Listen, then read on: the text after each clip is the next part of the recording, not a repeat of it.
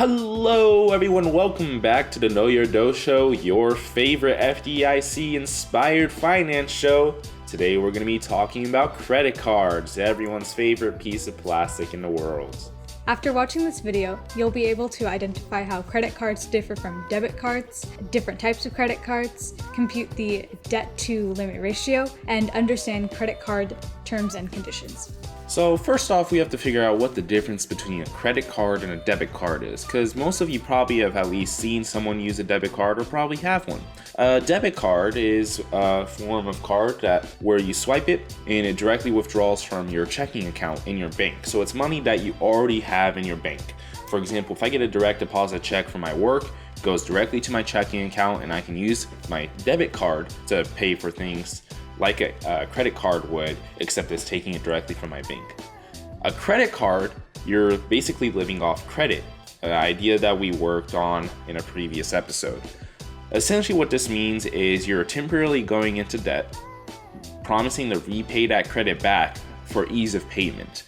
Credit cards are really nice because you can use them internationally, so you don't have to worry about foreign exchange, market, all that. It does all that work for you. The issue with credit cards is they usually have a relatively high interest rate, and the moment you start missing some payments, your credit score starts to drop, and really it becomes a nightmare to deal with. So what's really important about credit cards is staying diligent. Next, we will discuss different types of credit cards available. The most common cards are balance transfer and low interest cards, which are standard, cashback, general rewards, hotel and travel, retail, etc. There are different types of credit cards with reward programs like that. There are also Air Mile, business and student cards. And lastly, there are secured and prepaid cards, which are credit cards you use if you have a bad credit score. So balance transfer cards are actually really neat because what they allow you to do is help pay off larger sums of money with less interest. Because they have a slowly growing interest rate, the first couple of months might start out with an actual 0% annual percentage rate before it gradually increases. So it kind of incentivizes you to pay off your balance as quick as possible. The reward credit card types that we mentioned earlier are fairly self-explanatory.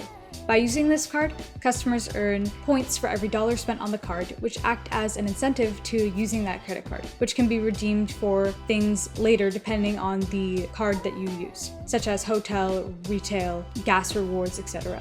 Air Mile cards work very similarly, where with every dollar spent on the credit card, points are redeemed specifically to be used for airline travel.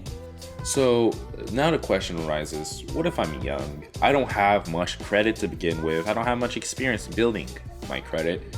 And so I don't really have access to all these cool resources that other people do. That's why you get a business or a student credit card. Essentially what a business credit card is, they offer special business rewards and savings, management reports for expenses, additional cards for employees, etc. And similar benefits fall for student cards. Now I will warn you though, the moment you turn 18, credit card companies just all rush to you to try to get students to use them.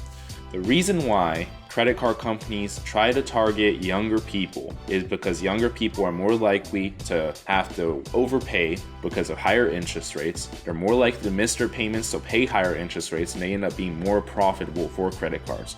So if you're a young person, don't fall into the trap of having multiple credit cards because of a couple of what seem like good reward programs at first. Make sure that when you pick a credit card, you pick one and use that one, at most two. Otherwise, it's gonna get out of hand, the interest rates will catch up to you, and next thing you know, you're in $10,000 in debt.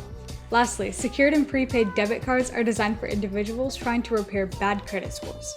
So, when you get a credit card, or really when you do anything in life, you actually want to read the fine print that we all just hit accept to all terms and conditions. You want to especially do this with credit cards or anything involving your money directly, especially because they're always going to try to figure out some way in the fine print to ensure that they're going to come out on top if something bad happens. That's why the Schumer box was invented in the 2000s. What this has, it has the annual percentage rates, balance transfers, cash advantages, penalties, all that jazz in one little area for you to look at. So it's not all over a 50-page document in the fine print. So make sure to check the Schumer box. But if you have the time, you might want to look at the rest of the terms and conditions to make sure that you're not getting yourself in a situation that you would regret in 5 months, 6 months, so on.